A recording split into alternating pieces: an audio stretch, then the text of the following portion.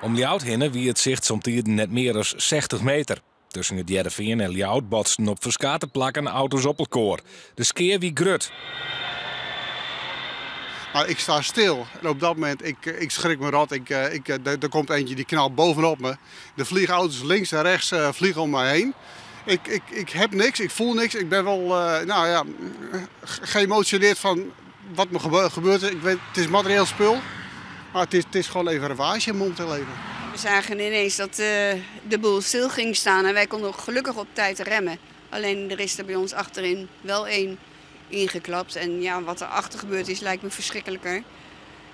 Wij komen er nog gelukkig goed vanaf, allebei een beetje hoofdpijn. 2 mensen binnen met slimme verwoenings net ziekenhuis bracht. Nog een oren rond lichte verwoenings op. Uiteindelijk die blikken dat er 41 auto's belutsen wien bij 4 ongelukken. Je trof stier er op de sneldiek al gauw een kilometerslange file. Vervelend, maar je dogge er neer aan. Nee, dat kan je wel druk om, maar dat had ik geen zin. Dus nee, ik ben er net bij betrokken gelukkig, dus dat scheelt wel.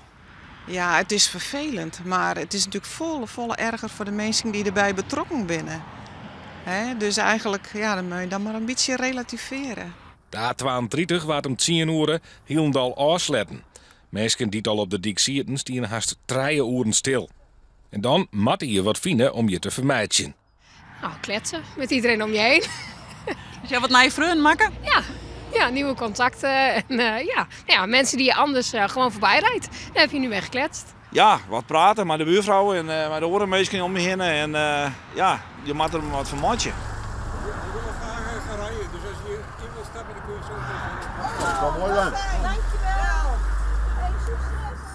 Rond 11:12 waar de sneldiek weer hier zet.